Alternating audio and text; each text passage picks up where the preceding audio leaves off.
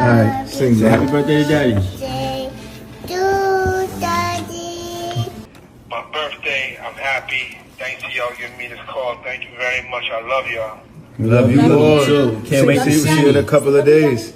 I'll see y'all in a couple of days. Say it again. What you say? I love you, Daddy. I Yeah. love you too, baby. In a rare moment, we hear the voice of disgraced music mogul scene Diddy calms on a call from jail, marking his 55th birthday, a stark contrast from his signature extravagant parties.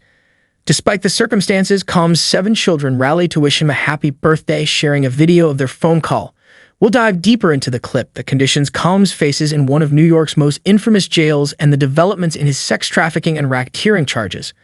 Combs, once a billionaire and founder of Bad Boy Records, was famous for his iconic white parties frequented by A-list celebrities.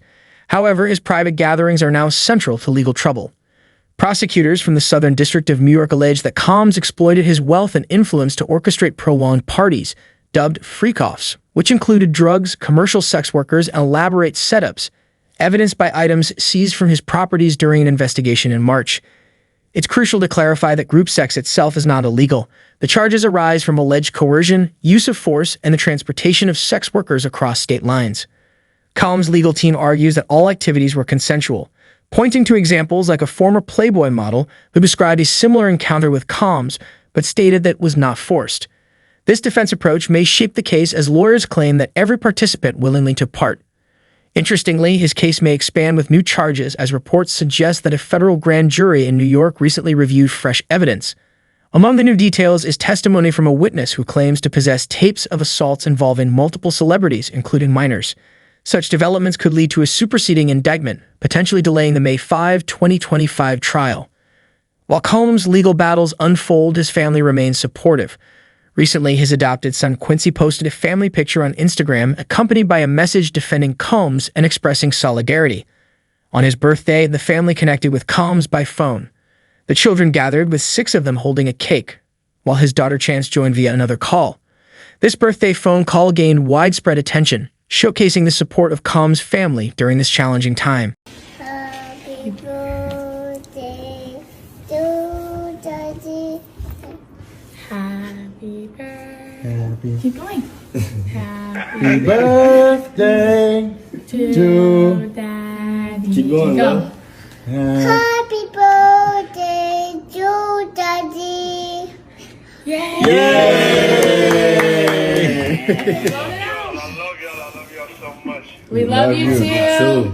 Love you, Pops. Love We y'all miss so much. I you. can't wait to see y'all. Yeah. Can't wait to see y'all. Yes, And I sir. just want to say I'm proud of y'all. I'm proud of y'all, especially the girls. I mean, all of y'all. But just for being strong. Thank y'all for being strong, and thank y'all for being by my side and supporting me. I love y'all. I got the best family in the world.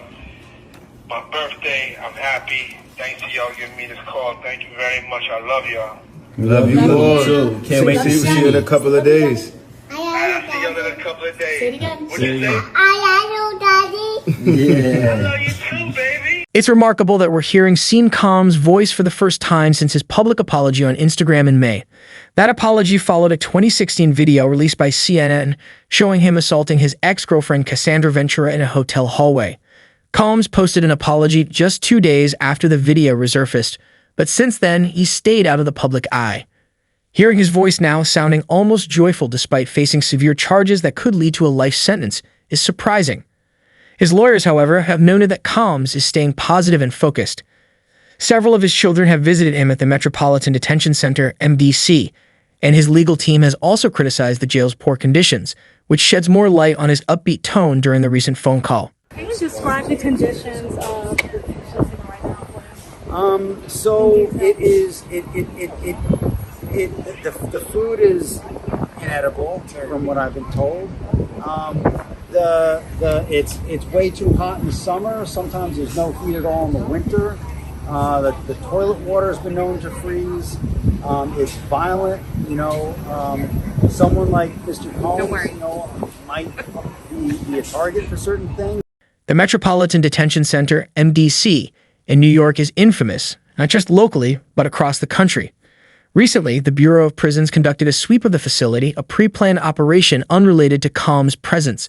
During the sweep, officials confiscated drugs, homemade weapons, electronic devices, and other contraband, highlighting the MDC's deep-rooted issues with security and smuggling. The jail, housing over 1,000 male and female inmates, has a troubling record of violence, drug trafficking, and smuggled contraband. Over the summer, 2 inmates were fatally stabbed, leading to murder charges. And in another incident, 4 inmates and a guard were charged with assault after a man was stabbed 44 times.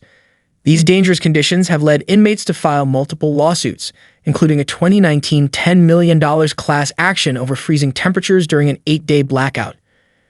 MDC has also been in the spotlight due to its treatment of other high-profile detainees. R. Kelly, who was held there, sued the facility for placing him on suicide watch following his 2022 sentencing. Sam Bankman-Fried, also held at MDC, reportedly struggled to obtain vegan food, leading him to survive on bread, water, and peanut butter. The jail's conditions are so notorious that in August, U.S. District Judge Gary R. Brown took an unusual stance by modifying a defendant's prison sentence to home confinement if the Bureau of Prisons decided on MDC as his designated facility.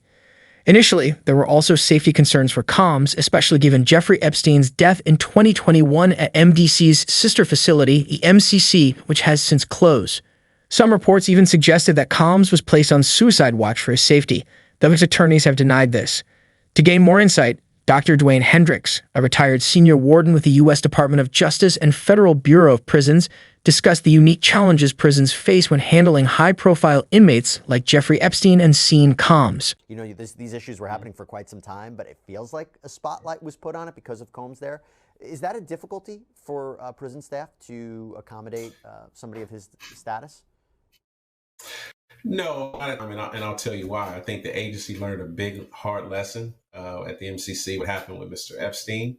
There were 2 staff that were working that special housing unit that evening that were not correctional officers. They were there working overtime, and that case speaks for itself. But I think when Miss Maxwell was arrested and housed at MDC Brooklyn, the agency decided to put a little bit more focus on having additional staff assigned to her. And some of those staff may have even come from other facilities to make sure that, one, that all the needs are being met, that this person, if they are suicidal, if they are having any issues, all things will go well. And I believe there were briefings on a day-to-day basis in regards to her. So I think at Sean Combs' arraignment in September on charges of sex trafficking, racketeering, and transporting individuals for prostitution, prosecutors requested that he remain in the MDC until his trial. U.S. Attorney Damian Williams supported this request, stating that Combs is prone to violence, a flight risk, and a serious threat to the community. Prosecutors also alleged that Combs had been contacting witnesses and alleged victims, providing them with misleading information. Despite these claims, Combs continues to seek release on bail. Interestingly, his recent phone call, where he sounded upbeat despite the circumstances, has caught attention. That wraps up this segment of Asterisk Sidebar Asterisk. Thanks for tuning in.